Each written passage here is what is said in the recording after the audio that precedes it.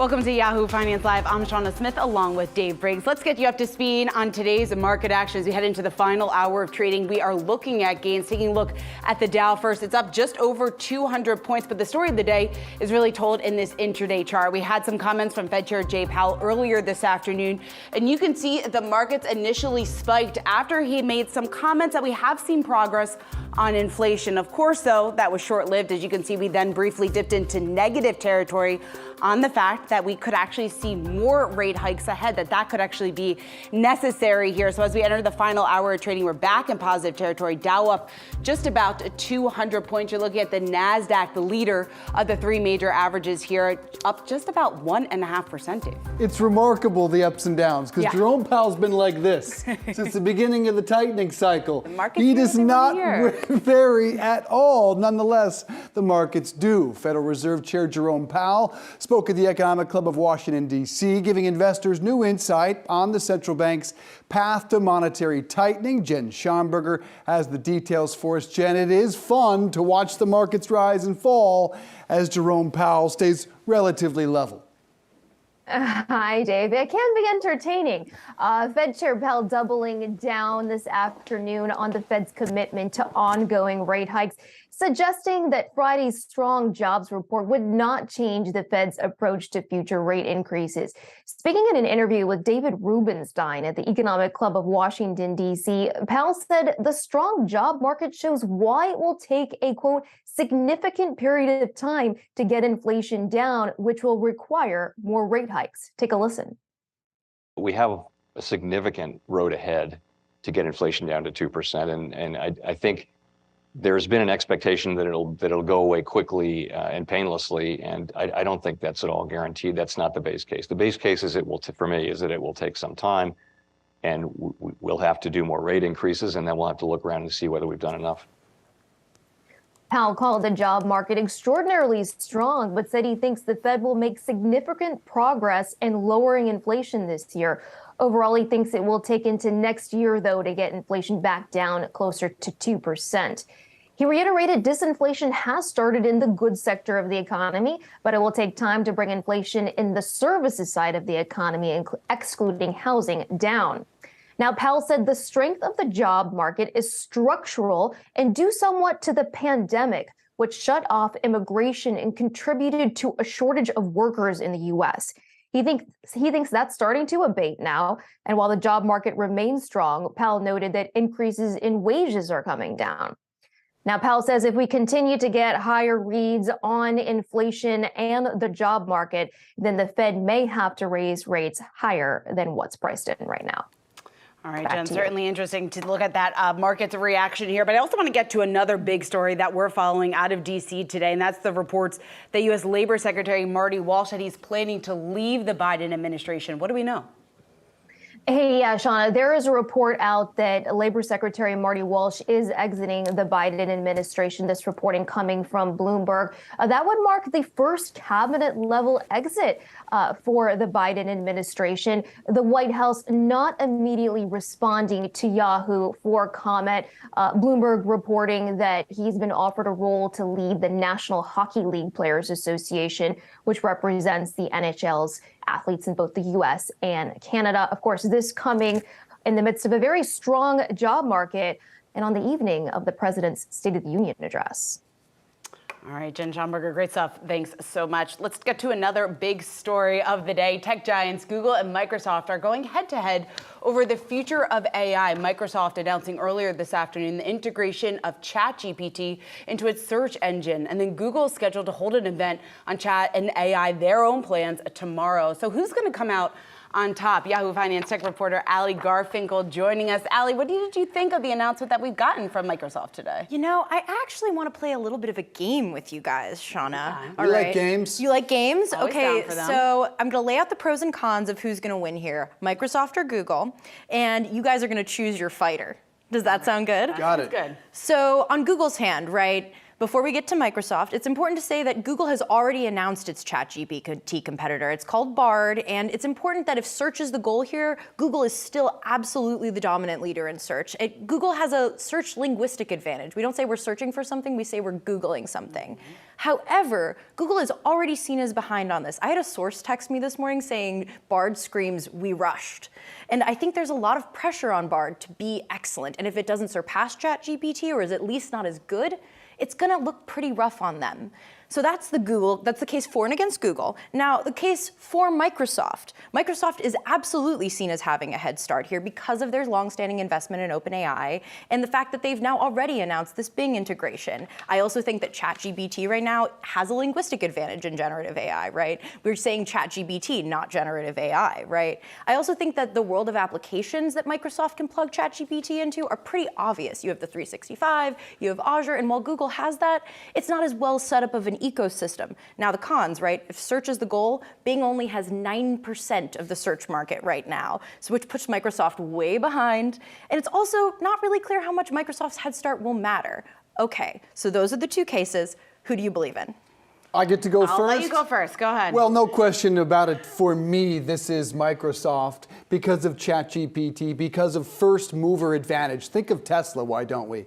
Okay, a market cap north of $600 billion, where GM and Ford are between 53 and 57 billion. They got to 100 million users in just a few months. That's faster than Instagram, faster than even TikTok. They are already changing the way we live and work. Real estate agents are already using ChatGPT to rewrite their property listings, to write legal documents. It is way ahead of the game here. This isn't about a couple of months. It is, what Ali said, several years of advantage. They made that commitment early and often with billions of dollars. And Satya Nadella said earlier today, it's the most exciting thing he's seen since he became the Microsoft CEO. Your only advantage is it's a verb. Google. That's all you got. And that is a massive advantage when you take a look at the fact that the numbers that Ali put up there, that that Bing only accounts for 9% of search. Google has more than 80%. So that there gives Google a huge advantage. Yes, I would agree with you in terms of the timeline of this. Google's coming out a little bit behind their huge competitor out there, ChatGPT and Microsoft. But you can't count Google out given the past success. In the memo yesterday from CEO Sundar Pichai, he was saying that Google, you got to take a step back and think about the wins that Google has already had. And he went on to say that a lot of the technology that is being used in ChatGPT, that is being used in other AI services, was invented at Google. They have a track record. They have a history of coming out on top. They've been investing in AI now for quite some time. They're late to the chat part of it, but I think they're going to be the winner. Our friend Laura Martin would point to you that her note suggests Google has an innovator problem and have had it for quite some time. Baidu shares jumping today up over 11% after announcing today its own ChatGPT-like project called ErnieBot. Could there be a dark horse in the race? I think there absolutely could. So Baidu, it's important to say, has positioned itself as the AI leader in China's tech sector. So it's, of course, they want a piece of this pie. And Ernie is a couple months from coming out, but I think there are a lot of really high hopes, as that stock spike really showed. I also think you can't fully count out Meta yet. They've been pretty circumspect about it, but just last week, Mark Zuckerberg was saying he really believes in generative AI, he's really excited about, and it's something that is clearly going to be important down the line. So I think there are a couple dark horses. There may even be some that we don't know about yet. The other thing I do want to say, I love that this got you guys both so fired up. Who do you think? That's what I want to know. You covered this thing. If I had to guess, I would say Google. There we go. I know, but Dave is clearly reading my articles, though, which I love. In the end, I do want to say this is clearly a hype cycle. We don't know how this is all going to shake out, but it's clear something is happening that's really exciting because clearly we're all excited about it. We are. Changing the way we live and work. Ali Garfinkel, thank you so much. Appreciate that. All right, tonight's State of the Union address is expected to lean heavily on the economy. The president sure to boast of robust January job creation and unemployment at a 50-plus year low. Former U.S. Senator Byron Dorgan joins us now with what to expect tonight. Senator, nice to have you. A Washington Post poll found 41% of Americans say they're worse off financially. That's the most ever recorded. How does the president make his case on the economy given that? Well, he can make the case. There's some good things out there. Now, I don't quite understand the 41%, but I saw that in the Washington Post as well. The president, he has the moment and the attention of the American people at this point in the State of the Union address. All presidents do. I've sat through 29 to 30 when I was there, and 5 presidents, and they all have their case to make. And the question is, where have we been? What have we done? And what next? And the president will talk about all of that. He'll talk about the strength in the economy. The economy seems fairly strong. Jobs are increasing. Wages are up a bit. Inflation seems to be coming down a bit. And it's also the case that the president will be able to report to some changes. The CHIPS Act, which is a big deal. The Inflation Reduction Act that was passed. The infrastructure bill that was passed. All of which can be very significant for this country's economic future as well. Well, Senator, there certainly are a number of wins, a number of things that the president should be proud of and is proud of during his first 2 years in office. But that approval rating is a massive issue when we look ahead to 2024. Some additional things that we're expected to hear from the president tonight is calls for the billionaires tax, also a much larger tax on share buybacks. When we're talking about getting that approval rating up, how do you think those two initiatives or calls are going to be received? Well, I don't know. Obviously, Democrats will probably receive them fairly well, but the president will also, I think, in addition to some of those suggestions, he's going to talk about climate a bit. He's going to talk about the Ukraine. He's going to talk about Chinese spy balloons and so on. But in addition to that, he's also going to suggest that it's very important for the country at this point in time for the president and the members of Congress to reach out and work together, because he's going to try to do that. Now, I don't know. It's a divided government. The House and the Senate are split, and so we'll see what happens. But I think the country is best served by both parties caring more about their country than their political party. That would be nice. I hate to laugh, but it's been a while. I want to go back to Reagan, Clinton, Obama, even Trump. What they did more than anything else, aside from their achievements, is sell those achievements. Does the Biden administration have a problem in how they sell their achievements? Actually, they've been pretty successful in selling a fair amount of it. But you talk about the 41%. I understand that. The fact is approval ratings are pretty hard to come by these days.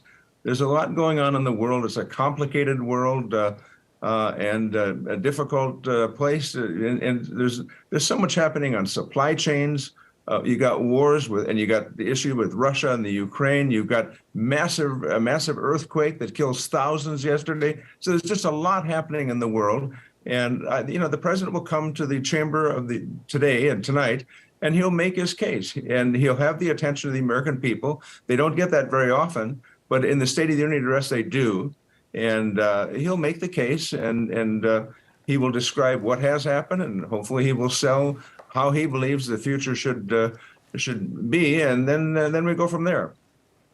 Senator, you mentioned the fact that he's going to be focused on bringing both sides of the aisle together, something that we haven't seen happen now in quite some time. Putting the ball in your court here, one thing that you think both Democrats and Republicans can agree on within the next year or two? Well, I don't know what they can agree on, but I know what I hope they would agree on. The fact is, both political parties have a responsibility to deal with immigration and deal with it effectively. Neither wants to touch it very much. They each blame the other.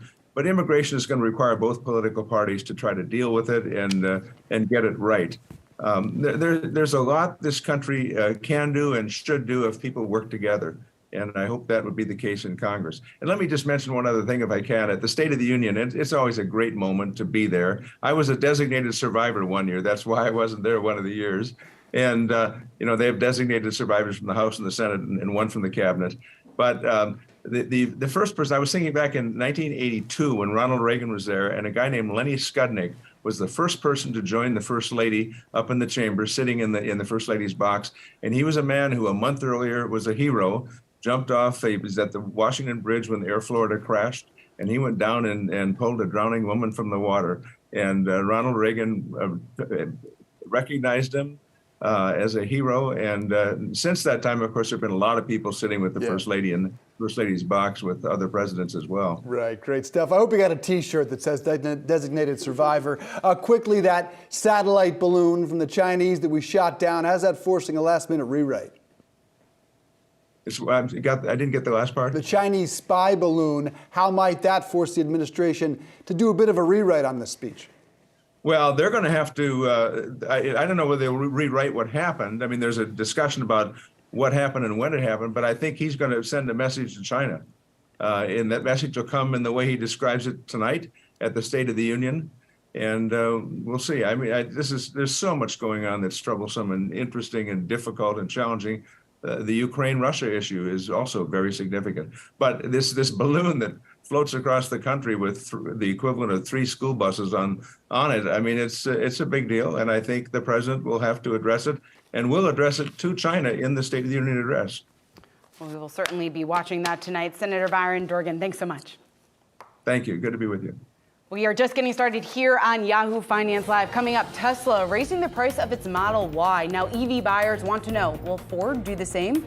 Then earnings season rolling on with Chipotle reporting after the bell. We will dig into the company's latest financial results.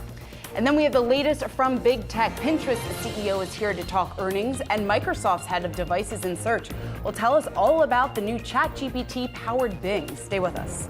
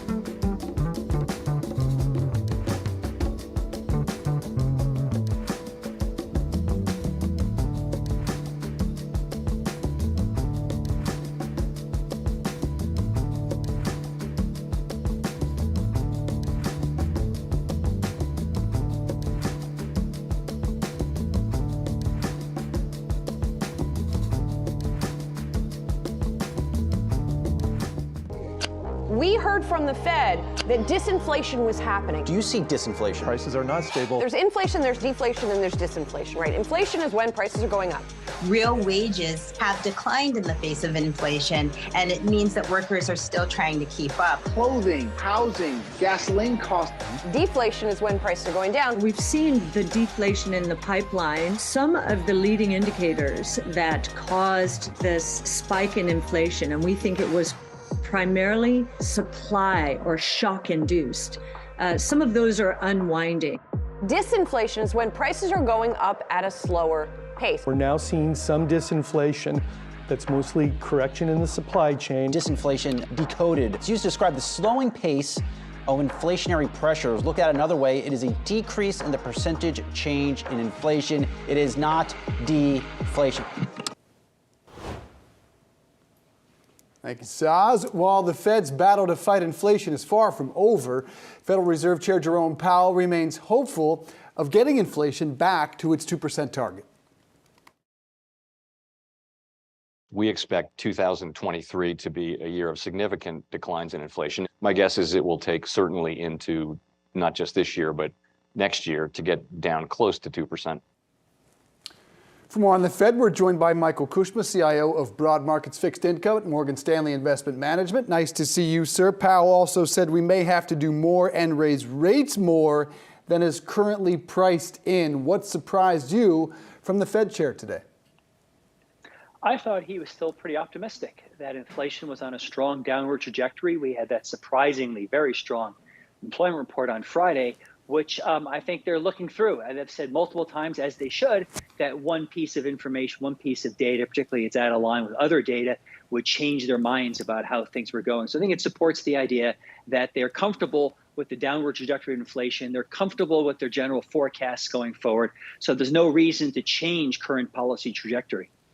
Well, Michael, speaking of those forecasts going forward, we heard Powell once again reiterate that he thinks a soft landing is possible. He thinks we can get inflation back to that 2% number without invoking a pretty severe economic decline or significant decline in employment. Do you think that's still possible?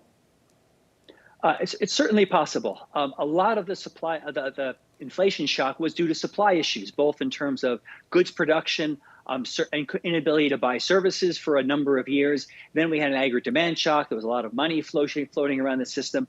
And a big chunk of that is going away. The decline in goods price inflation, if not outright deflation in goods prices, is that transitory component of the shock that we had in 21 and 22. The service sector is going the other direction because we're in the initial phases of a recovery back to normal in that part. So it's possible that the transitory component of inflation is transitory, but it's going to take a long time, multiple years to work through. So the Fed, as long as they keep policy on the restrictive side, they can be patient to bring down inflation over time, which I think is their core strategy.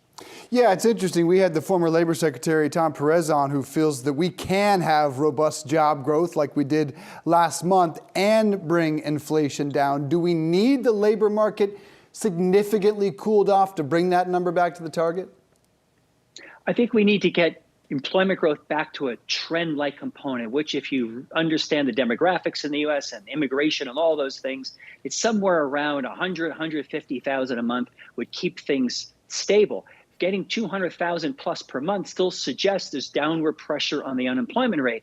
And most importantly, we do know that the labor market has shrunk, that the participation rate has fallen. There's fewer workers in the U.S. than there were 3 years ago. And that will naturally put upward pressure on inflation. It's not clear what the Fed should do about that. If there's like aggregate supply shock of fewer workers, does that mean we need to slow the economy down, or cost of labor will be higher in the months and years ahead, and the economy will have to adapt to that?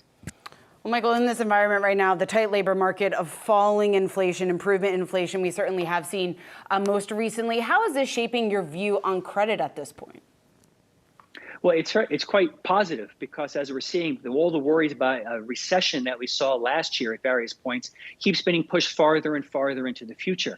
That the economy is holding up quite well considering the pressure it's being under from the push higher interest rates as sharply as they've been. So I think that the economy is doing okay, and it's holding up well under this pressure that's being put on it. Similar volatility do you expect from the markets in the months ahead?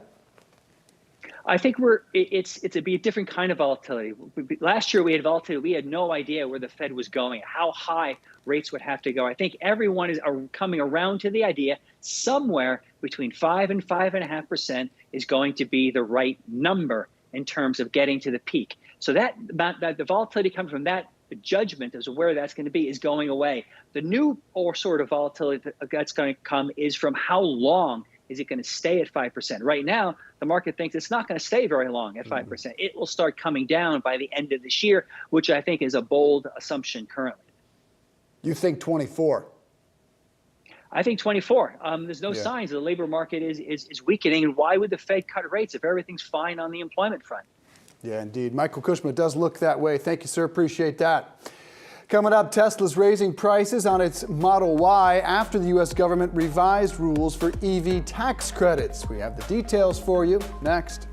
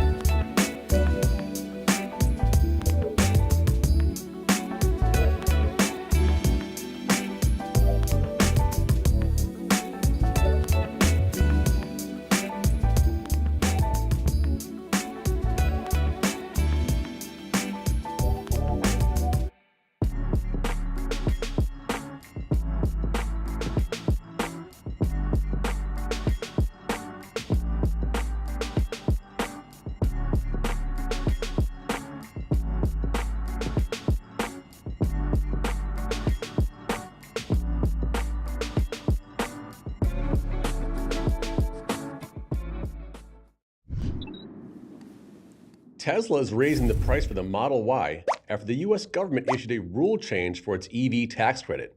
Here's what you need to know. Tesla hiking the price of its Model Y long range by 2%, giving the electric vehicle a new price tag of $54,990.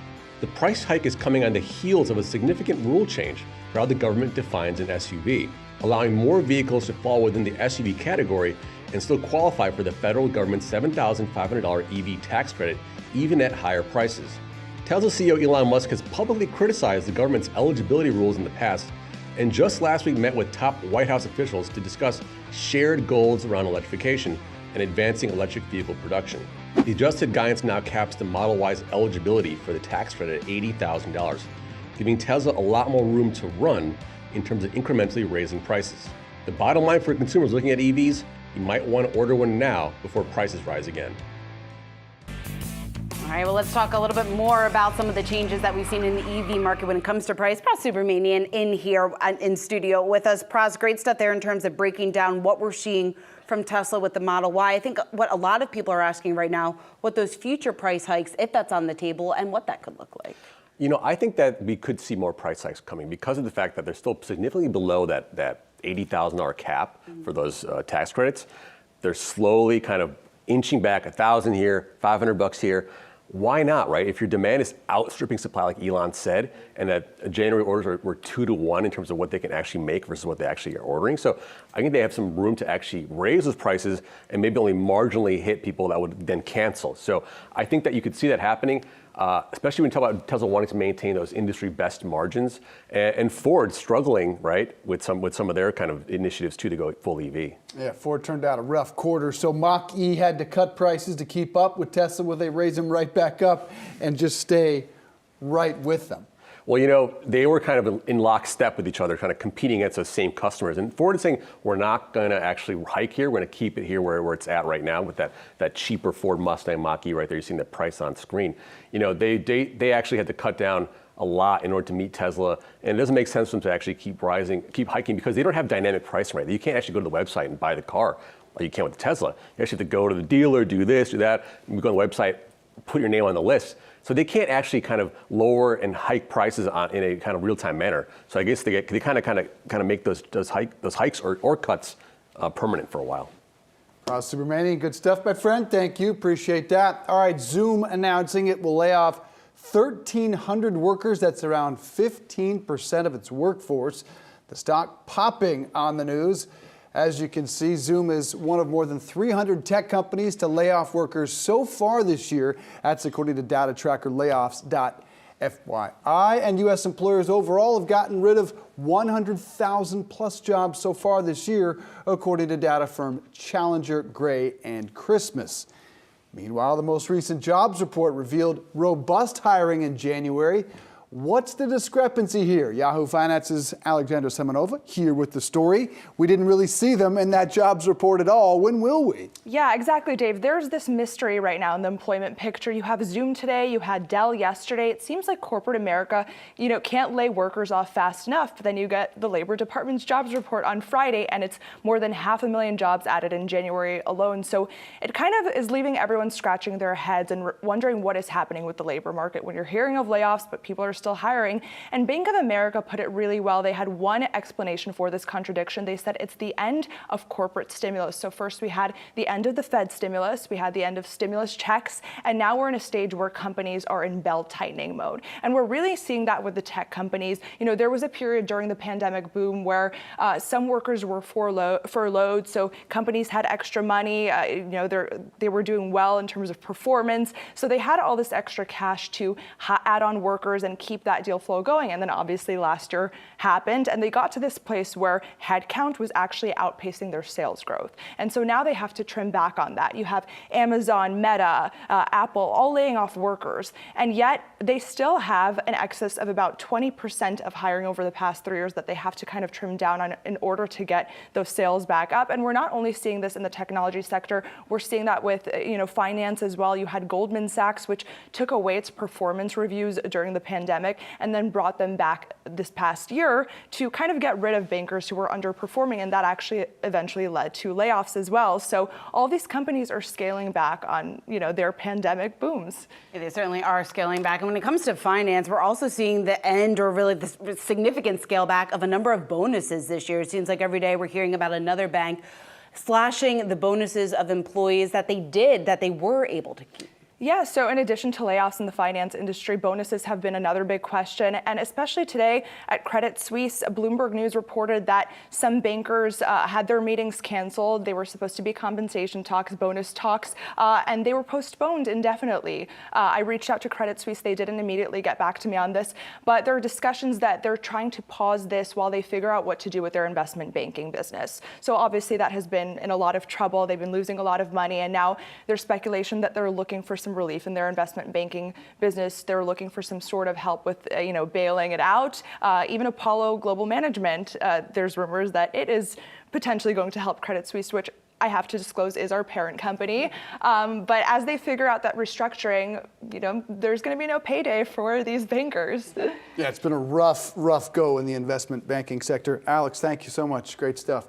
Coming up, shares of Royal Caribbean are moving higher on a bullish forecast. We'll tell you why the company's CEO is optimistic on the cruise industry's comeback on the other side of the break.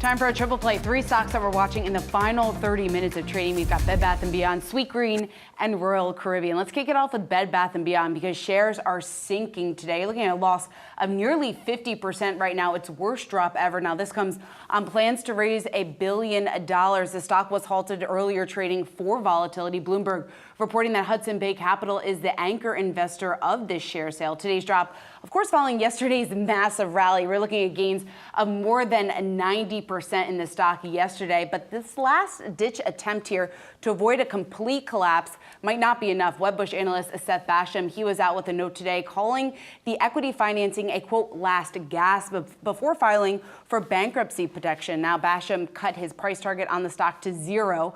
Writing in a note, quote, the additional capital provides the company with just a few more quarters of room. You're looking at losses here of just about 50% this afternoon. Ali, this goes back to what we've all talked about time and time again, just in terms of the path forward for Bed Bath & Beyond. Chapter 11 seems inevitable at this point. Yes, this might help the company avoid it for a quarter or two, but just in terms of a turnaround strategy, all of their options seem to be out the window at this point. I totally agree. This is a company where the hits just keep on coming. It announced closures of 150 stores on top of additional closures of 87 stores last week. The brick and mortar picture just looks very bleak. It seems like Bed Bath & Beyond, they can't compete with the big guys, your Walmarts, your Targets. And then on top of that, they've really struggled to adapt to the online marketplace as well, on top of pandemic headwinds. And I know we have a lot of BBBY fans or maybe former fans in the newsroom that I'm a fan. I'm a huge fan. I love Bed I've heard Bath, that the quality has diminished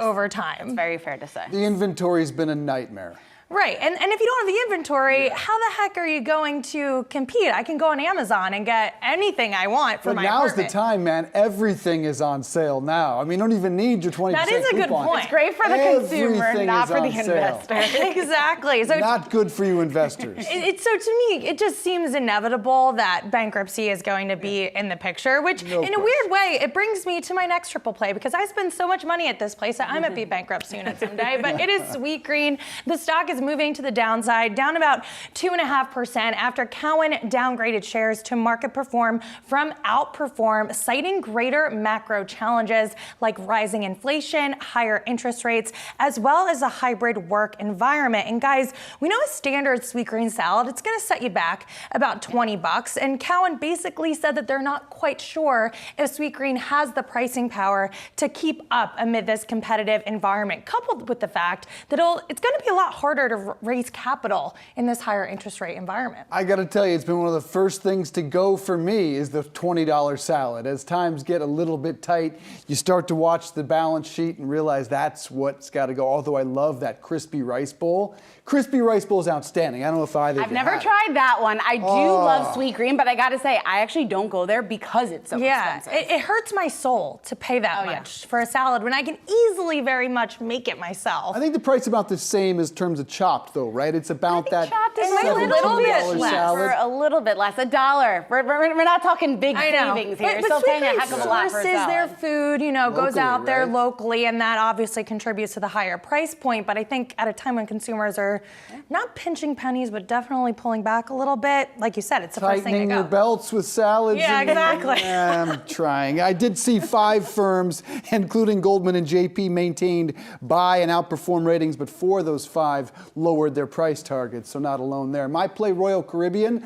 the stock surging today on a bullish forecast and bookings that significantly exceeded pre-pandemic levels. The cruise line reported Q4 earnings today, topping EPS expectations by 22 cents, although narrowly missing revenue estimates with $2.6 billion. That's a 164% increase, though, from the prior year. Their CEO, Jason Liberty, bullish, saying, quote, we are experiencing a record-breaking wave season. What's a wave season? That's the time right now, generally speaking, where prices are lowest often the first quarter. Liberty also adding, leisure travel strength continues as consumer spend is shifting towards experiences, with cruises maintaining an attractive value proposition.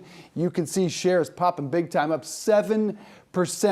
Carnival and Norwegian also up on this news. Trending tickers, all of them. We heard some great news from an analyst that covers all these stocks, saying this is a strong year. Demand is back. Yeah, James Hardiman from Citi joining us last week, talking about the investment opportunity that he sees not only in Royal Caribbean, but really across the board in the space right now from the big three cruise lines here in the U.S. You're looking at gains year to date. So just in the past, 5-6 weeks or so, of almost 50%. And we asked him, we said, is a lot of this good news already priced into the stock? And he actually said that no, he thinks it has further room to the upside. That's clearly proven by the announcement today, by the move in the stock. My question, though, is when I talk to people, there's a lot of hesitancy when it comes to booking cruises. People aren't necessarily jumping back into it. Are you talking COVID hesitancy? COVID hesitancy, yes. And I think also people just change some of their behavior. Maybe people who were taking cruises before aren't necessarily jumping back in right away. These numbers seem to be proving it wrong. I'm just saying, it's in the terms bowling of who I'm hangover, talking man. to. People don't want to bowl anymore because they don't want to stick their fingers in a dirty ball. But that's what People were trapped on a cruise. People were trapped on these ships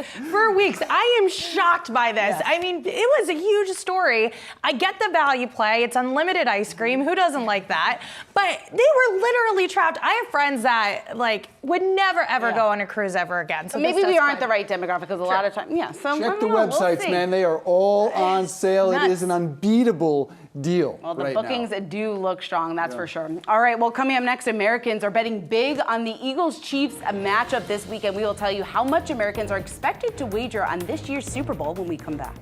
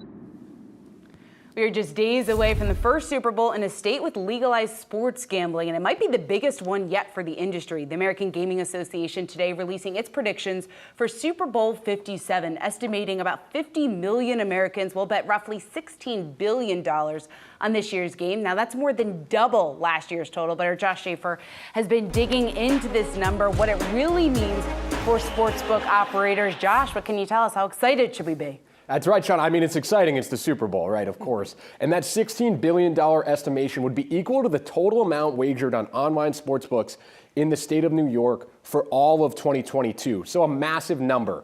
But not all of that is going right to sportsbooks. So for starters, that $16 billion number includes bets being placed both legally and illegally. And then if you take a look at last year's estimate, you can see. So if you take a look at last year's estimate, which was for $7.61 billion, I think this is for this year's numbers that we have up right now. But last year's was $7.61 billion, but that ended up being $950 million as a total betting handle. So that handle is the total amount of bets that goes into the sports book. So it went from $7.61 billion down to $950 million by the time it trickled down to the sports books. And then when you really consider what that total handle is, so when you take a look at the $950 million and then you subtract the gross profit margin in that, you can then sort of kind of get what you really get for the books as a whole. And so really what happens here, guys, is the companies are not making nearly as much money as we think in terms of the total handle, and that handle really starts to come down, Dave.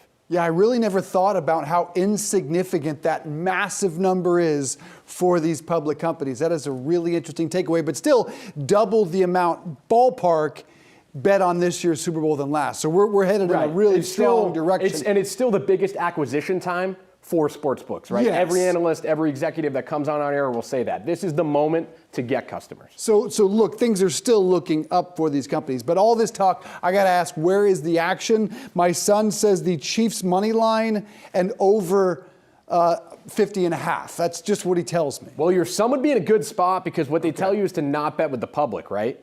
And the public money is on the Eagles. So I think it's 74% right now at Caesars is on the Eagles at -1.5. You can see it right there. So spread's -1.5. So if you were to bet on that, you would need the Eagles to win by 2 points. 74% of the money at Caesars is on that. And then you got the over-under, Dave. So your son's on the over here. I don't know if he had it at 50, but that would be the total amount scored. So say we got a 27-24 game. That's over 50. And 63% of the money, again, is on the under. So your son's against the public on both. I'm nervous about that backwards eagle right there. You never know what's going to happen. Philly fans are going to be mad at us, bro. We put the eagle backwards. That can't be good luck. Shauna didn't even point it out for us either, Dave. No, is that? I was like, I didn't even realize that. Yeah, I guess it definitely got to be facing I was going to say, I wonder how many Eagles fans would really realize that. We're going to ask Kristen in the control room. It's Philly, man. I know. I don't know. I didn't realize that, and I love the Eagles. We all know they're going to win. Great That's stuff, not even Josh. a discussion. Go Chiefs. Good to see you, brother. Thank you. And a quick programming note, be sure to watch our big game coverage Friday, February 10th from 4 to 5 Eastern Time. We'll dive into everything from the sports betting, more from Josh, to ad spending, and even get into some prop bets. You don't want to miss that 4 o'clock Eastern Time. See, now the Eagles facing forward. Shauna, you see the difference? Yeah, that's all right. All right, there we go. Wasn't it like that before? Coming up, FTX telling politicians to return donations made by this man, Sam Bankman-Fried, and others, or else we'll see you in court. We'll have the details next.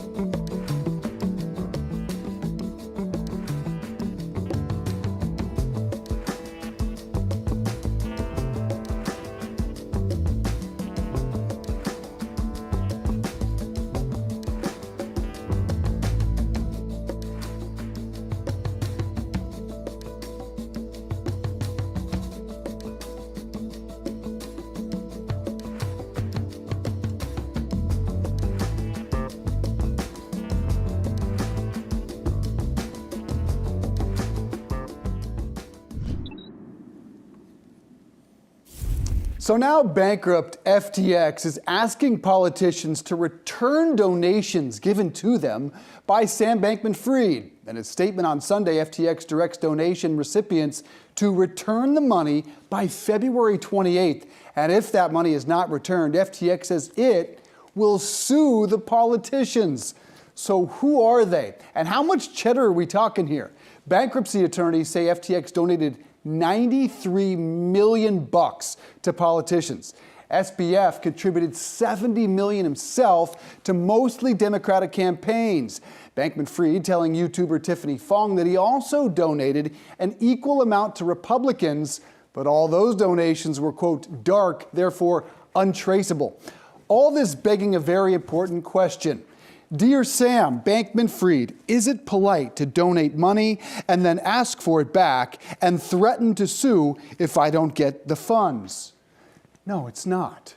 Brendan Fisher, Deputy Executive Director of Documented and an expert in campaign finance issues, says if prosecutors prove that former FTX execs illegally used customer funds to make straw donations, that is, they illegally made donations in their own names using FTX customer funds, then the politicians who received those donations could be required to give them back. We spoke to another expert. He's Terrence Yang, Managing Director at Swan Bitcoin, also a graduate of Harvard Law. Perhaps you've heard of it. He tells me FTX may have grounds to sue under a law prohibiting constructive fraudulent conveyances. That's if FTX can prove it was already insolvent at the time of the transfers or made insolvent because of the transfers. Mr. Yang adding FTX, in his estimation, has an 80% chance of winning and recovering some of the 80% of those donations. One better hope he's right. These lawsuits could cost tens of millions of dollars, money FTX and its defrauded customers do not have. These politicians should return the money voluntarily. They do have a moral and obviously a legal obligation in this case. In some instances, though, it may have been their own constituents who lost millions of dollars here. We're going to make you, Shauna, the judge. Should they return this money voluntarily or force the legal process here? And how do you factor in if you gave that money to a charity? Exactly. Yeah, it's very complicated. Yes, obviously, I think they should give the money back if they still have the money. If they donated the money to charity, which there were lots of reports that politicians had already done so with that, it's going to be impossible or very hard to get that money back. You're going to feel awful asking a charity to return the donation. So then you're coughing up your own money, which you probably don't have. So this is very, very complex, as you can tell by how you just laid it out there. $93 million. And another problem is those Republicans who received theoretically tens of millions of dollars. It is untraceable because it was dark money. What do you do about them? Is there any way to trace it? I assume there is not, but they are looking for it in bankruptcy court. You would think that there would be no way for them to trace it, but we will find out, I'm sure. All right, well, coming up, we are counting down to the closing bell on Wall Street. All three of the major averages in the green. And the head of Microsoft's devices and search telling us how the new AI-powered Bing homepage will be a game changer for search. Stick with us on Yahoo Finance Live.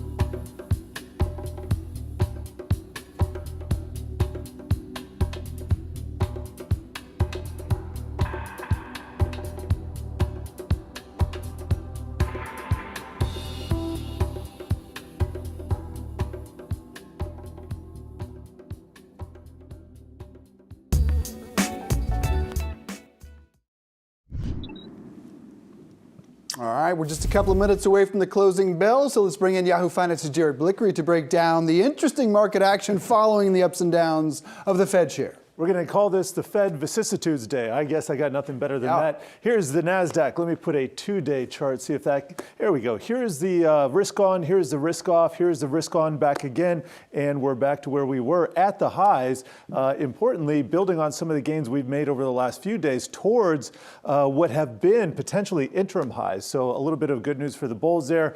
Let's get to some heat maps. In the Nasdaq 100, we have some outsized move by some big players here.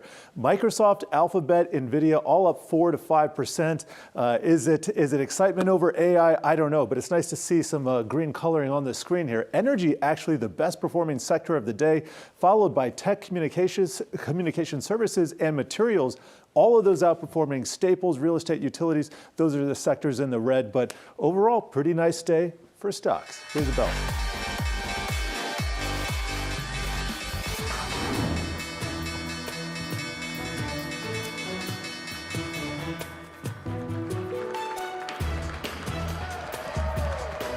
All right, there's your closing bell on Wall Street. And Jared Blickery just told us about what could be an AI-fueled rally as Google and Microsoft and NVIDIA leading the way. And check out the Dow up 265 points.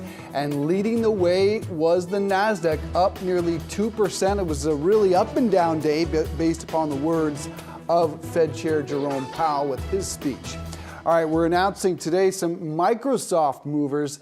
A major move from Microsoft announcing it will incorporate ChatGPT into their Bing search. Also, CEO Satya Nadella saying at company headquarters it's a new paradigm for search. Joining us now with more, head of Microsoft Devices Search, Yusuf Mehdi, and tech editor Dan Howley. Nice to see you both. Yusuf, thanks so much for being here. Why is it, in the words of Satya Nadella, a new paradigm for search? It is definitely a new day for search. The opportunity to bring and infuse AI and new chat-like experiences with the tools that people use the most on the web today, which is the search engine and the browser, is an opportunity to do something completely new. And today what we've seen is of the 10 billion queries that happen every day, roughly half go unanswered. Basically, you can't get an answer to the question, you try it. We now have a system with the new Bing and the new Edge to actually answer your questions, to let you chat with it and let it create and spark your creativity by generating content. Yeah, Yusuf, I want to ask how this kind of differentiates you from the other players in the space, the Googles primarily, but also obviously Yahoo, one of the components of our parent company. Any of the others that are out there, how does this kind of help differentiate Microsoft? Yeah, so there's a couple of different things we've done. First is through our partnership with OpenAI, we have today announced a new large language model that is even much more powerful than ChatGPT, and it's tuned for search. The second thing is we've built an integrated experience across the web search, the browser, and chat. It's all in one. It's super easy to use. You can talk to it with your natural language, natural voice, and it's now intelligent. So it can assess the page. It can give you things like summaries. It can do things today that you really can't do with any other service. What do you see just in terms of the first mover advantage? Obviously, you are right now a leader in this space. What kind of competitive edge do you see that giving Microsoft? Yeah, being first to market is a huge advantage because the way that you succeed here is you test, you learn, you get feedback, and you improve. And being out here, being first in the market, we're excited to get that feedback to grow. We're really gonna try and innovate. We're gonna try and push the envelope on coming up with new experiences that can wow people in their daily life, and we're excited to get all that learning. You know, Yusuf, I've been trying it out. I asked it to help me plan a trip to Japan, and I gave it very specific guidelines. I said, you know, I've already been to Tokyo, I've already been to Kyoto. Give me some examples of where else I should visit and what I can do. And it did a great job of lining that up. You know, obviously it's something that's, as was pointed out, is limited at this point as far as availability. So I guess for the general public, when can we expect to see more people be able to get their hands on this and really put us through its paces? Yeah, we're so excited to get it out there. I'm glad that you getting a chance to play with it because I do think it's an incredible experience. Our plan is to do the following. Today, anyone can come to Bing.com and try like 20 queries just to see the magic happening and to sign up for the wait list. Our wait list is already filling up pretty fast. And then our plan is to scale that out to millions of people in the coming weeks. So that's roughly how we're thinking about the timing. And then we'll have a mobile version that will also be coming very soon. Bing has about 9% of the global market share in search. How do you presume ChatGPT can change that dynamic? Yeah, the new Bing, which includes these chat-like experiences, and the new Edge, I feel that the first step for us, as I sort of said earlier, we have to wow people. We have to just do an incredible job answering questions, and we're doing that as we've been getting out into the marketplace. If that happens, more people will come and try to use Bing and use Edge, and then they might use it more, and then that will get then advertisers more interested, and then the whole business kind of goes from there. But our first job is just to delight people. I guess, when it comes to Microsoft overall, obviously there's the multi-year, multi-billion-dollar agreement or investment rather with OpenAI. I guess, is this the first step of many where we'll see that kind of technology rolling out into Microsoft's various offerings? And is there a particular reason why search went first? Yeah, it's a great question. First off, you're correct. Our intention is to bring the power of AI to all of the products we do at Microsoft. We've already started a lot with Azure. You can expect that we're going to bring that and improve all of our products. We start with search because it is the largest category in the software area. The online advertising market, of which search is a part of, is $600 billion in terms of total addressable market. So it's a big opportunity. And the applications that drive that, obviously the browser, the search engine, they're the most used applications on the PC. So we start with the most important area. We also start because, honestly, we feel that there has not been enough innovation in that space. We think there's an opportunity to address, as I said earlier, the half of questions that just don't get answered. So we're starting there. We've got some great ideas, and we think the new services, that when you get a chance to play with it, you'll see just how much better it is than today's search. I guess just as a final question, we look at search engines, we look at the internet, and there's obviously issues that need to be addressed as far as caution. People may be searching for nefarious things online.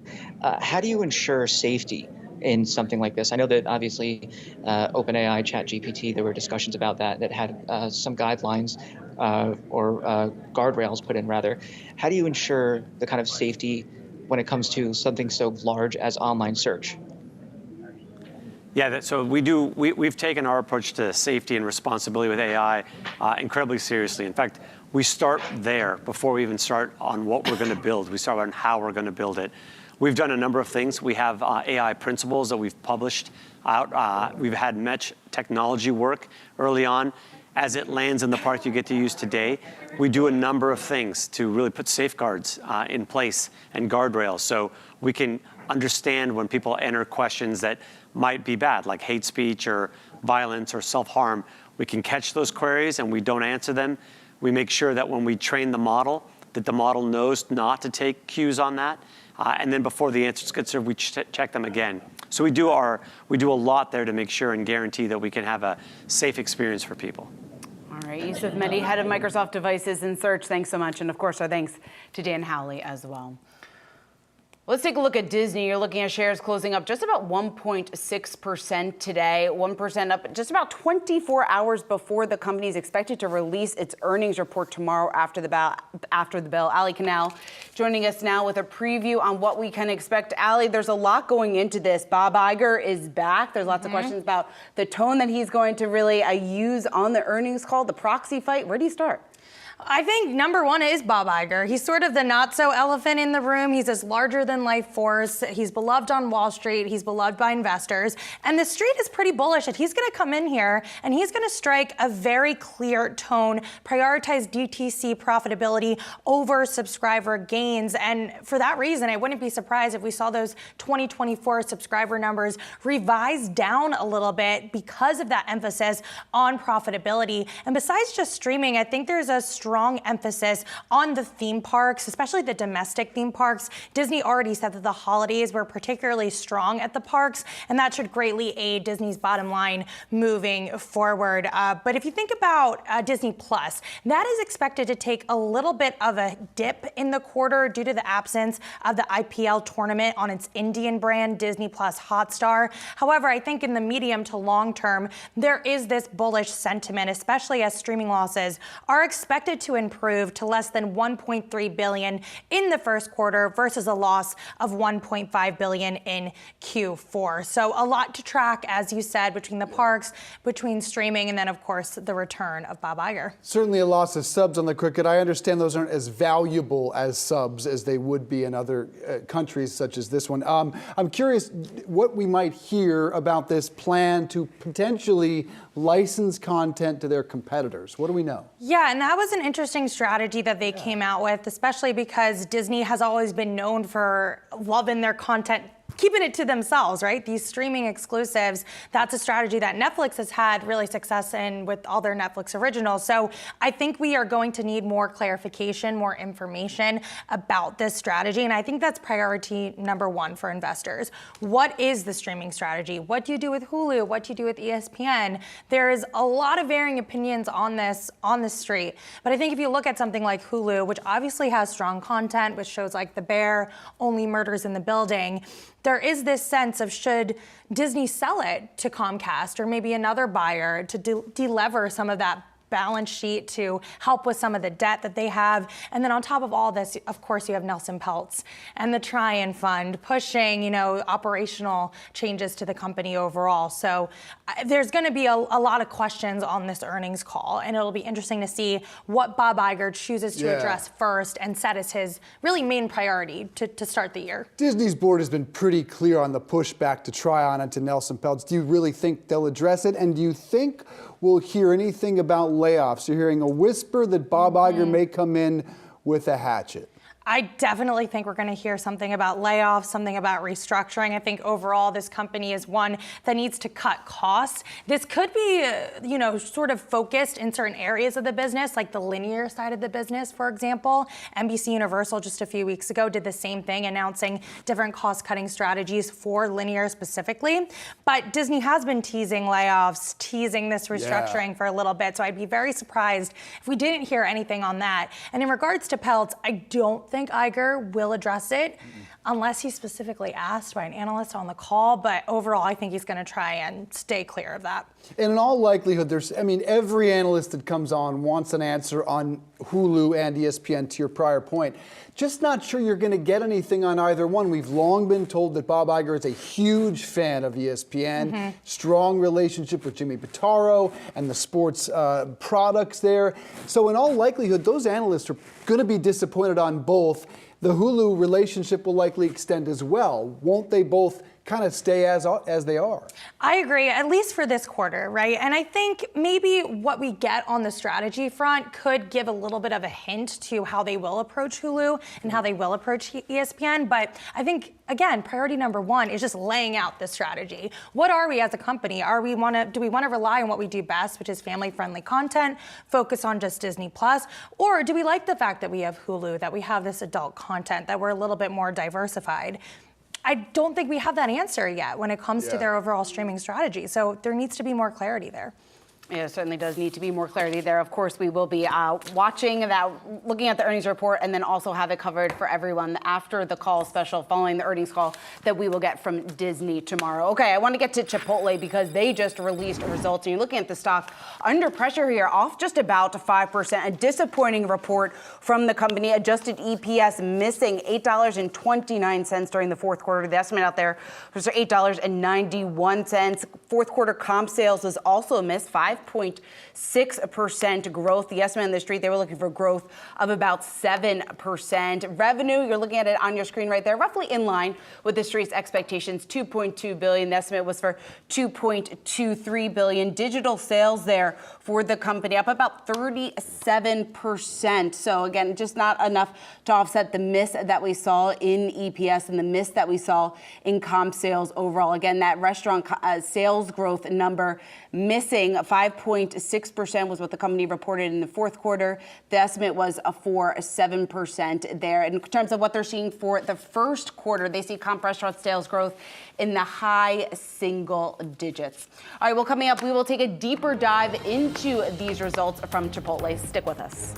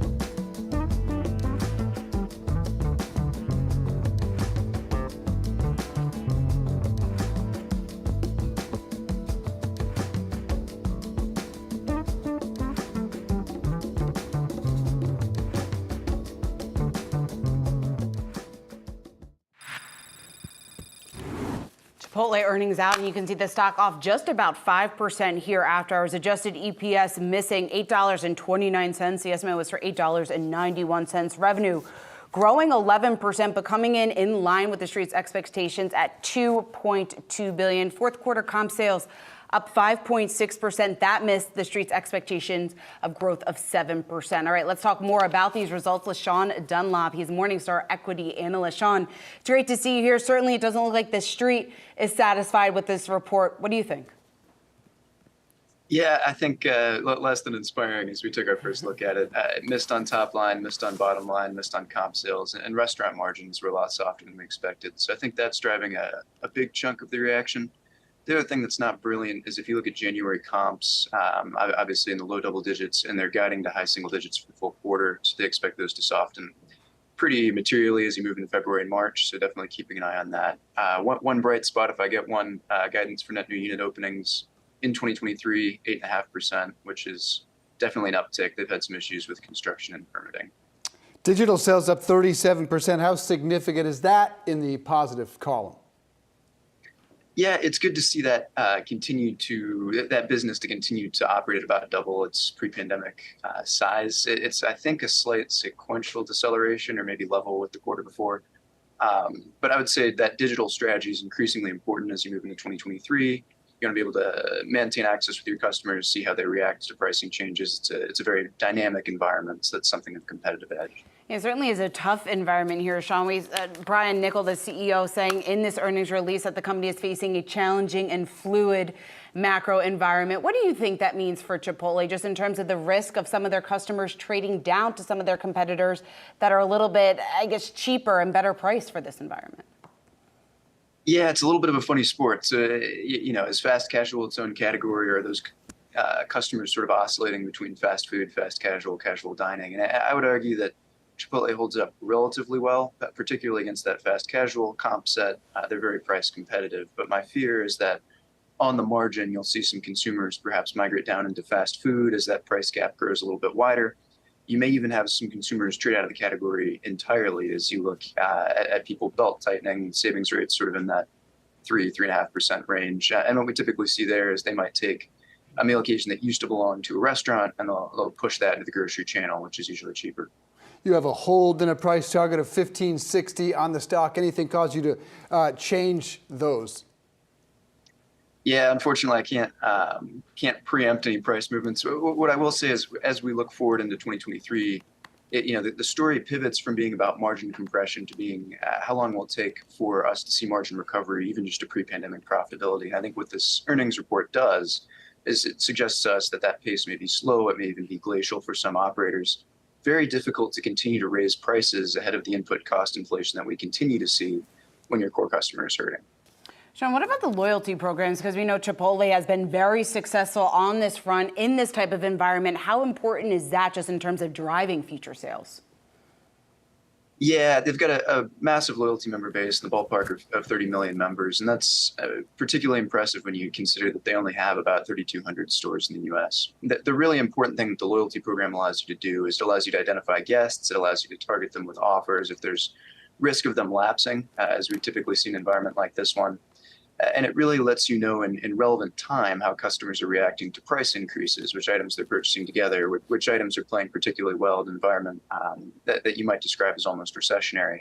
So I do think that the firms best positioned to win in 2023 are going to be those firms that compete well on value for the money, often QSRs. Also those that have very strong touch points with their consumers. And you could look at Chipotle's loyalty program and say that they fit that bill.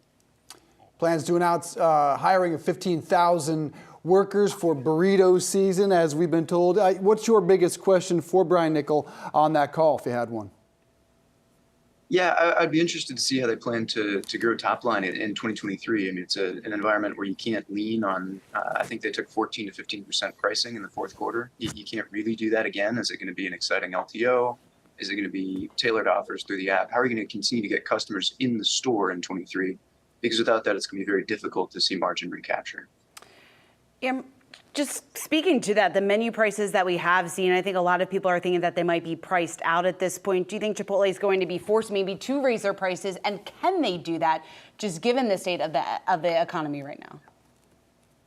Yeah, I think they'll be able to do that, but I think it will be at a much slower pace than maybe we saw in 2022. So in the restaurant space in December, you saw annual price increases in the neighborhood of 8.5%. Mm-hmm. I think next year you're probably looking at much closer to 5%. And when you juxtapose that against food cost inflation in the neighborhood of 2.5 or 3, sort of over the balance of year, higher in the first half, and then hourly labor inflation in the mid-single digits, it gets very, very challenging to see restaurant margin expansion from here in the near term. All right, Sean Dunlap, appreciate that. Good stuff. Thank you, my friend. Coming up, President Biden expected to take aim at big tech during tonight's State of the Union address. Color of Change President Rashad Robinson tells us what he hopes to hear when it comes to holding tech giants accountable. That's next.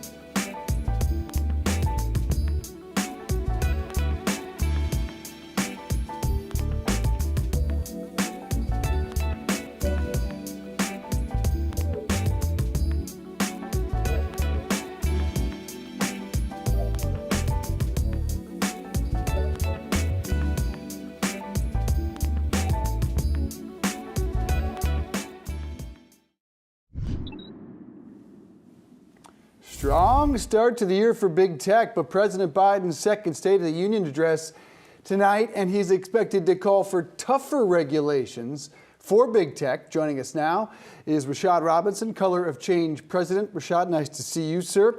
What do you expect to hear from the president tonight regarding big tech? And if it's different, what would you like to hear? Well, I think the president has been clear that big tech needs to be reined in, and what I'm hoping that he goes into is the actual steps to get there, right? So often when we hear these State of the Union addresses over the last several years, there's a list of policy proposals. Unfortunately, listing out policy proposals alone in this climate doesn't mean we get ourselves any closer to achieving those goals. So we both have to hear from the president on what actually needs to be done to deal with a self-regulated industry, which in so many ways gets to set its own rules, gets to set its own terms, and creates all sorts of harm. What we need to hear is, how do we actually get there, right? Who needs to be held accountable? Why has this industry been allowed to be unregulated and self-regulated for so long? Who is standing in the way of change, and where do people need to actually put their pressure and energy? Simply saying that we need regulation, simply listing off a set of policies is only the first step in the strategy towards actually getting there. People need to understand where they need to show up, because when it comes to big technology companies, we will always lose in the back rooms if we don't have people lined up at the front door. And so the president needs to use his speech to get us all sort of motivated and aligned with the doors that we need to show up, the pushing we need to do, and the people that need to be held accountable. President Biden has been very critical. Also, DOJ and FTC have been pretty aggressive here. The recent reports that the FTC is preparing a possible lawsuit against Amazon. When you take that into account, you're talking about the change, what needs to happen. What do you think should be the priority here of the administration? When you're talking about changes, what exactly does that look like? It looks like a couple of things. So at Color of Change, we've released something called the Black Tech Agenda, which we recognize if we get a set of these policies, it helps everyone, because in many ways, when you start off with the people who are oftentimes most harmed and hurt by what's happening in big tech, you raise the floor for everyone. So a couple of the areas that really are important for us are dealing with antitrust, the sort of deep consolidation of power that makes it incredibly hard to sort of move anything forward. The fact that a company like Facebook can control over 70% of the messenger market when it comes to WhatsApp, Instagram, and Facebook, and sort of what that does for sort of setting rules. Really dealing with algorithmic bias, protecting net neutrality, thinking about sort of in so many ways ending surveillance and sort of the private sharing of data. And of course, the exposure and this sort of more transparency around algorithms and reporting. We all have freedom of speech and should have freedom of speech online, but freedom of speech is not the same as freedom of reach. And right now it gets conflated. Platforms put all sorts of money behind content that is harmful, that oftentimes promotes violence, and that is very different than someone posting something that we might not like, when the platforms actually are amplifying it, sharing it, pushing and monetizing it, and profiting off of it. And so there's so much that we can do and needs to happen. And then finally, there's something called Section 230 of the Communications Decency Act that gives these platforms a level of immunity that they simply should not have, to violate civil rights law, to violate a whole set of things. And that needs to change, because we need to make sure that the technology that has so much potential to move us into the future doesn't drag us into the past. You mentioned hate speech. Some feel that has been amplified under Elon Musk's reign at Twitter. You had the chance to meet with him. How would you evaluate what he's done with the platform?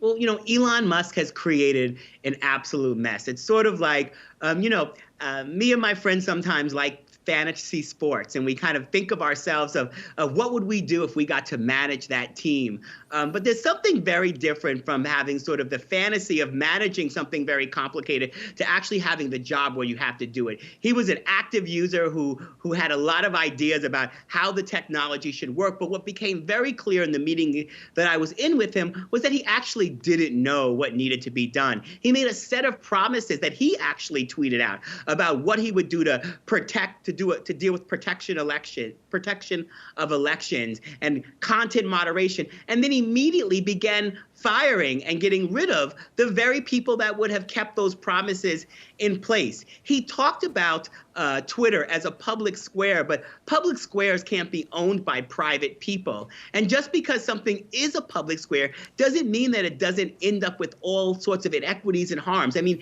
he is from South Africa, and now he's in the United States. We can look at how public squares in both South Africa and the United States have been places where deep levels of inequity, harm, and violence have happened to marginalized and attacked people. And so the fact of the matter is he's just simply not been serious about the work of actually ensuring that this platform is safe.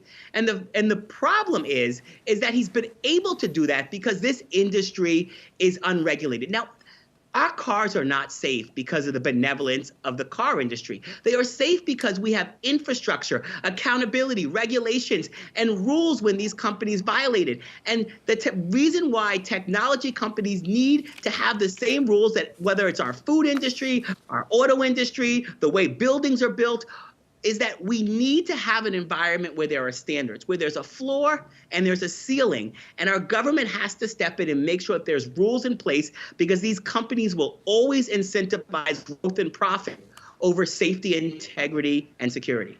We'll wait and see what President Biden has to say about all that tonight. Rashad Robinson, thanks so much. Well, coming up, Pinterest shares closing off just about 5% after issuing a disappointing forecast. CEO Bill Ready joining us next, talking about what he plans to do to revitalize the social media company. We'll be right back.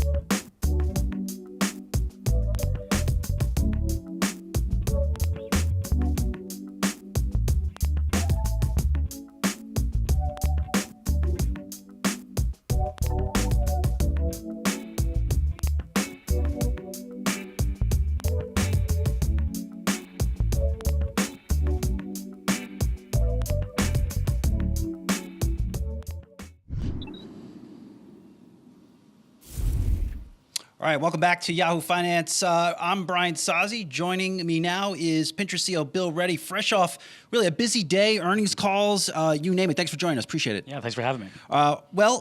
You talked a lot about on the earnings call, a message of positivity on the earnings call about your platform. Talked about how you're growing operating profit margins because of cost cutting. The stock still finished lower. What did everyone miss here? So when I look at the quarter, I feel really good about the performance that we put up for the quarter. We grew revenue 6% on an FX neutral basis, 4% as reported, which was right in line with our guide of mid-single digits. But even more importantly than that, as you talked about, our mission to go build a positive platform where users can find the inspiration to build a life they love. We're seeing really great progress on that. And the best evidence of that is that we grew engagement with users by double-digit percentage points, and we've returned to user growth. So we feel like that's really cutting through in terms of this being a positive place for users and a place where people can find inspiration and increasingly taking more action on that inspiration, which is one of our big opportunities as a platform. Yeah, lots to get into. The ad market, social commerce, of course, tapping into your background for whether it's PayPal, Google, you name it. But how do you go about creating a positive social media place on the internet? Well, I think first and foremost is just stating that as an objective, right? And I think so much of what has transpired has led to platforms tuning for what drives the most view time. But a lot of what drives the most view time may be things that are fueling toxicity and negativity and making people feel bad about themselves. And one of the things that attracted me to Pinterest is that I think for some time now, Pinterest has been very purposeful in tuning for positivity, making conscious choices on the platform to help people connect with things that bring them inspiration, that help them feel better about themselves, and avoiding a lot of the toxicity that you would find elsewhere in social media. And so as we go forward, not only do we want to make that something that's great for users, we want to show that there's a great business around that. And I think so far we're seeing really good progress both in users recognizing that. Gen Z is now our fastest growing demographic, and we think that's one of the things that Gen Z really appreciates about the platform. They grew up digitally native, they grew up with social media, and I think increasingly they're seeing that Pinterest is a reprieve from a lot of the sort of negativity and toxicity of social media. So we're seeing that cut through there, but we're seeing advertisers really appreciate it as well. So we think we can prove a real business model around positivity. And so, we're early in our days there, building on a lot of great foundation over the years, but a lot more that we think we can do there. Billy, not to date myself here, but what I like about Pinterest, I go on the site, I know how to use it. I don't even know how to use TikTok. This stuff has gotten too complicated. Well, I think, short form video is certainly an opportunity, for many. One of the things that we feel really good about is that as we've brought more short form video to the platform, we're seeing that it's driving good engagement. More than 10% of our engagement is now on short form video. But we're also finding good ways to monetize on video. It's more than 30% of our revenue now. You're making money off short form video. Yeah, and it's engaging really well with Gen Z. But when you contrast us to others, we're not a lean back entertainment platform. We're a lean forward platform where people come with intent and purpose, whether it's to make or do or shop. And so we're serving different kinds of videos that are really more centered around the purpose that people have, whether it's to figure out how to go, make that new recipe that they want to make, or shop for that great outfit they want to put together, or the home they want to redesign, or the room they want to redesign, or the travel they want to plan. These really purposeful journeys are where Pinterest really stands out, and we're seeing increasing engagement with that. And it's great for users and also great for advertisers. Do you have to incentivize the creative or economy to say, you know what? I'm not going to put that short form video on a TikTok. I want to do it on Pinterest. Are you doing any of that? Well, I think creators are going to want to, as they create, they're going to want to publish in many places. What we're focused on is how do we bring a different value prop to those creators? And so we're finding that really cuts through more than just throwing sort of short-term rewards or things at creators. How do we help them build an audience? How do we help them connect with that purpose? We've had creators say things like, I was talking to one creator who, she's a fashion influencer. And one of the things that she said, which we really loved, is she said, one of the things that she loves about being on Pinterest is that on other platforms, she's got to be a big personality, almost a caricature of herself. And she said, on Pinterest, it's just about my fashion. And that's what I was really in it for to begin with. And so we're really focused on how we give different value to our creators for different kinds of engagement and audience building. And we're seeing that work really well. We've seen that our content is up meaningfully, 30%, quarter on quarter around video and those kinds of things.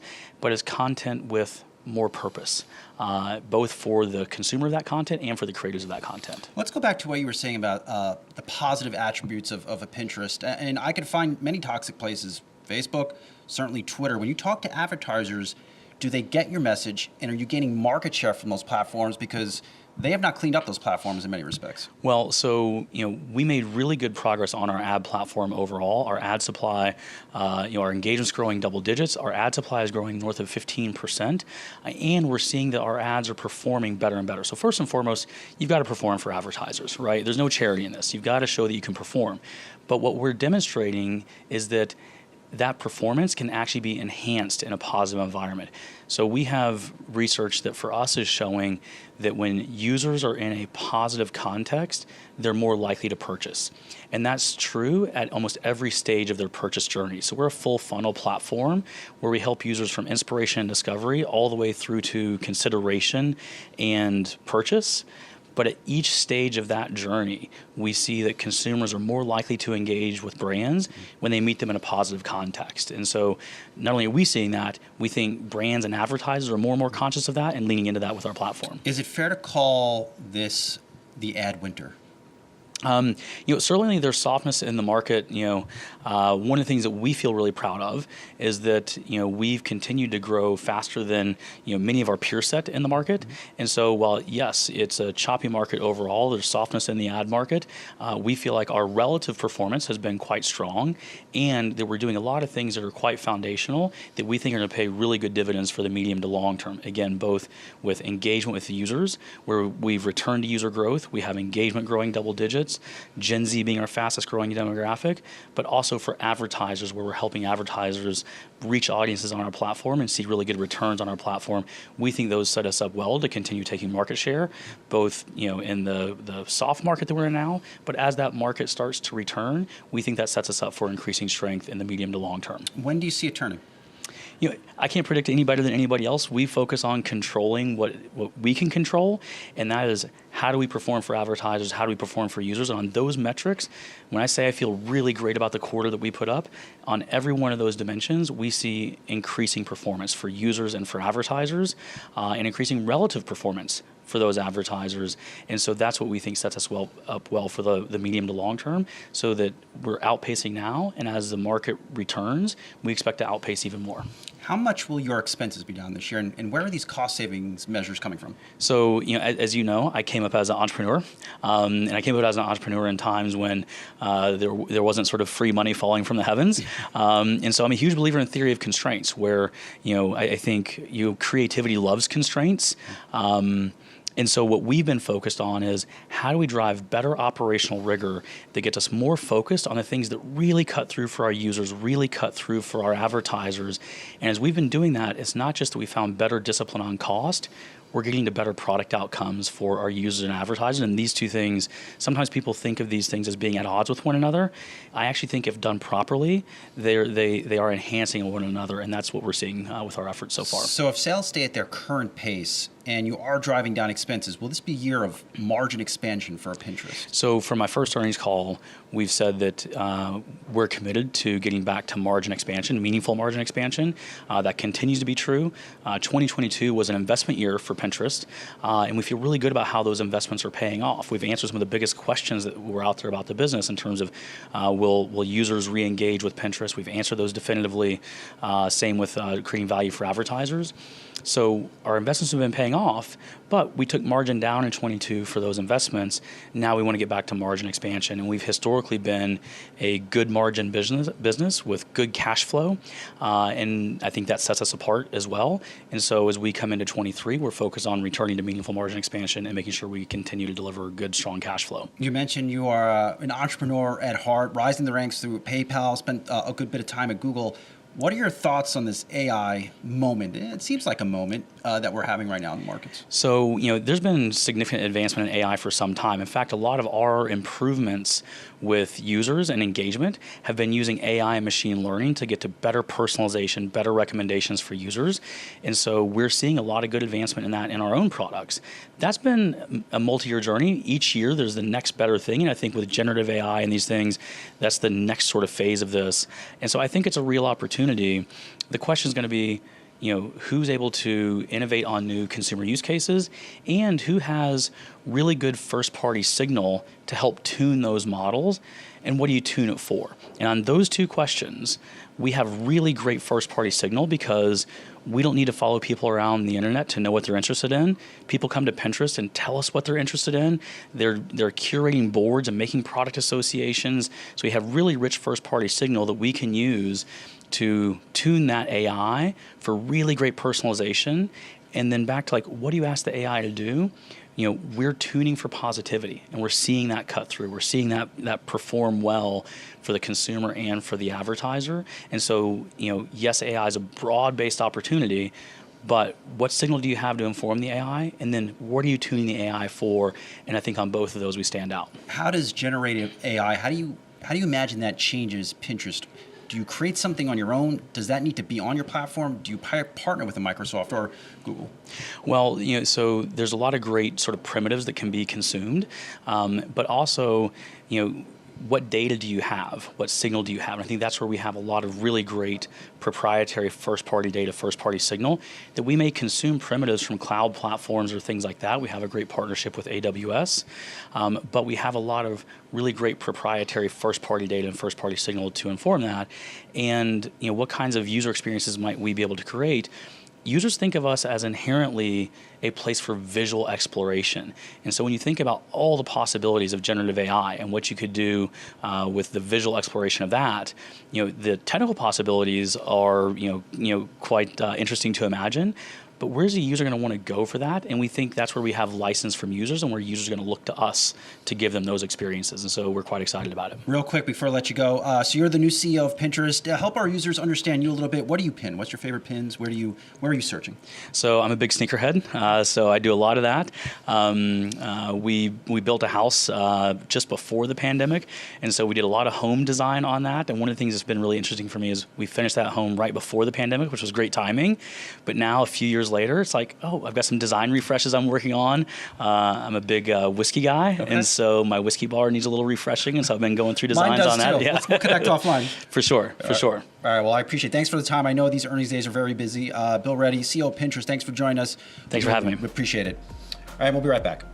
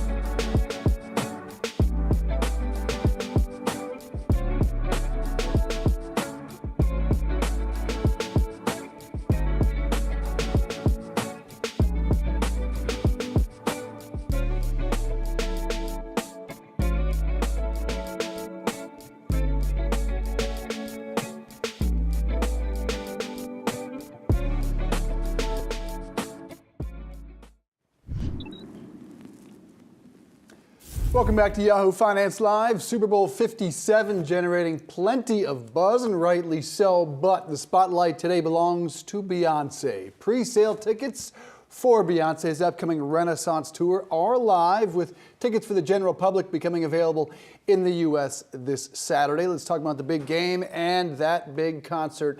StubHub ticket expert Adam Budelli is here to help us break it down. Good to see you, sir. Let's start with a little Beyonce news. It appears, at least on the surface, that Ticketmaster, not you guys, got this thing right. Did they learn from the last debacle? We sure hope so, but obviously it's a little too early to draw the comparisons that everyone wants to make, Beyonce versus Taylor Swift. But in general, so far, what we're seeing, the starting price for Beyonce across the country is right around $250. Obviously, as more tickets get in the market as the week goes on and the public on sale this Saturday, we'll see where that nets out. But overall, seems to be a little bit quieter than it was during the T-Swift on sale. It certainly does seem like that. Adam, T-Swift and Beyonce potentially here. I guess, what has this told you just about, do you think there does need to be some changes within the industry just in terms of the fallout and what we've seen over the last several weeks? Absolutely. I think, what we've seen with some of the Senate hearings and things of that nature are great for the industry as a whole. We need to continue to move forward and ensure that everything that we're doing is about, at the end of the day, the consumers and ensuring that they have the best experience, whether they're buying it or entering the event, whether that's a sporting event, concert, what have you. But I think overall, with Beyonce, Taylor Swift on tour, what we're seeing in LA with LeBron going for a record Super Bowl, this is an exciting week overall for the live event landscape, and what really we're seeing as it picks up in 2023 here, and to expect to say, hey, it's back, and it's back in a major way. All right, we'll get to LeBron, and I love the ladies, but I am all in on the Super Bowl. What is the buy-in right now on StubHub? Where's the momentum moving? Do you see that price going up or down between now and Sunday? Yeah, as expected, we're just seeing tremendous demand for the Super Bowl. Two huge fan bases that travel super well. Currently, they get priced right around $4,100 to $4,200, depending on when you're looking. With that average ticket price right around $7,200. So as you compare that to 2020, again, we think that's a great comparison given Miami, the last large Super Bowl right before the pandemic hit. We're pacing about 10% higher when you look at the same time frame leading into the game. The good news is that we talk about live events, we're seeing a lot of demand across the country. Obviously, there's 20% coming from the state of Pennsylvania. If you take into account the name ring, we're expecting about 30 to 35% of the fans so far, with the highest amount drawing a parallel to the Eagles. But overall, we have had 40 sales in 48 states, which is showing, again, a lot of people are interested, and we're expecting the Phoenix airport to be quite busy heading into the weekend. It certainly will be. Adam, I'm from outside of Philly, and I know a lot of people are very, very excited about this game, so it's no surprise there that that's such a high percentage of those tickets obviously coming from those Eagles fans. How does that, though, stack up to what we've seen in past Super Bowls? You mentioned the fact sales are coming from 48 states. Is that consistent with what you've seen before? That's the highest back since 2019. But typically for a Super Bowl, you do see a wide margin. Again, we're talking about a bucket list sporting event where, regardless if you have a team in the game itself, there's a lot of people that want to go to Super Bowl and experience what it's like. So as these games continue year over year, we anticipate that will be a trend. And now with the expansion in the international, through our parent company in Viagogo, we do see a lot of international sales starting to pick up. And that's a trend that we think will really grow over the next, 3 to 5 years. And finally, LeBron, 37 points away from the NBA's all-time scoring mark. It appears to me, Adam, that the market thinks he'll get it Thursday as opposed to tonight. He's scored 37 or more 4 times in the last 10 games. What are you seeing in terms of demand? Yeah, as you said, I would never bet against LeBron scoring 36 in a game to break it tonight or tie it tonight, but certainly we're seeing it, the market really move to Thursday. The get-in price for Thursday night's game is $630. We have about 2,100 tickets left, so not that many, with the average ticket price sold closer to about $500. To put in perspective what this run has done for LeBron, over the past 2 weeks, the Lakers sales have been greater than the Knicks, Warriors, and Celtics combined. Obviously, when you look at records, that's something you wouldn't necessarily expect, but shows a lot of interest for tying and breaking the record against Kareem. So certainly all eyes will also be on LA come tonight and Thursday. That is remarkable demand for the King, and just a matter of when, not if, he breaks that record. Adam Budelli, good to see you, my friend. Thanks so much.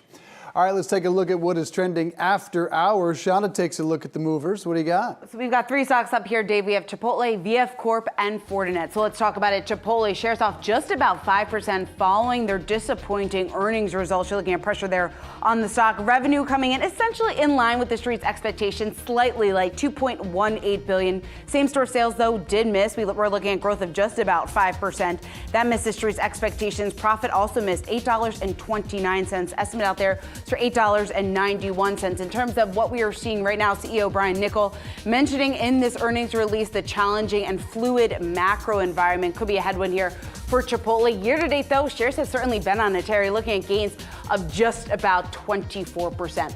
Let's take a look at VF Corp, the retailer here. The stock popping and extended trading up just about 3%. Now, this is the owner of North Face, Vans, just to name a few of those brands. Timberland is also included in this. Revenue and profit did beat the street's expectations.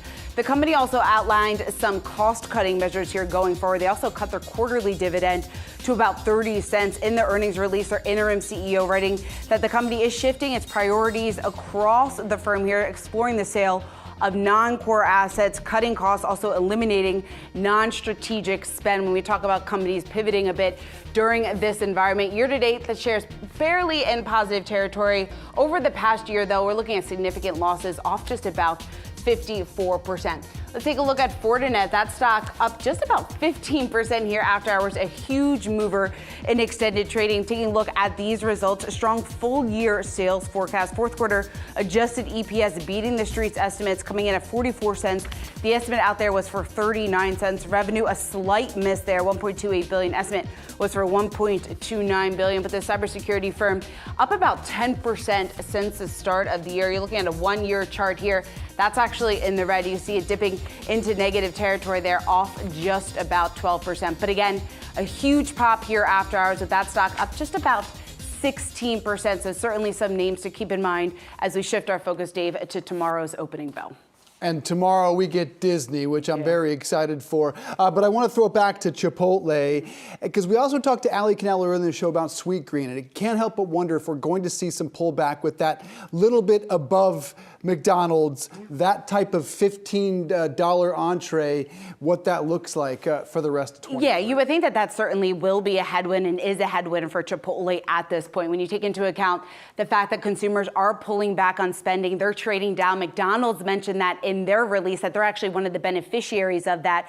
Chipotle gets expensive, and it gets expensive very quickly. So I think more people are likely going to be trading down if, of course, the economy does worsen. You go for the bowl or the burrito? The bowl. All the time. How about you? I go the bowl. I go barbacoa. We agree again. With carnitas. There, you can't go wrong with the bowl. Love me some Chipotle. All right, that will do it for us on Yahoo Finance Live. Be sure to come back tomorrow, 3 p.m. Eastern, for all your coverage leading up to and after the closing bell. See you tomorrow.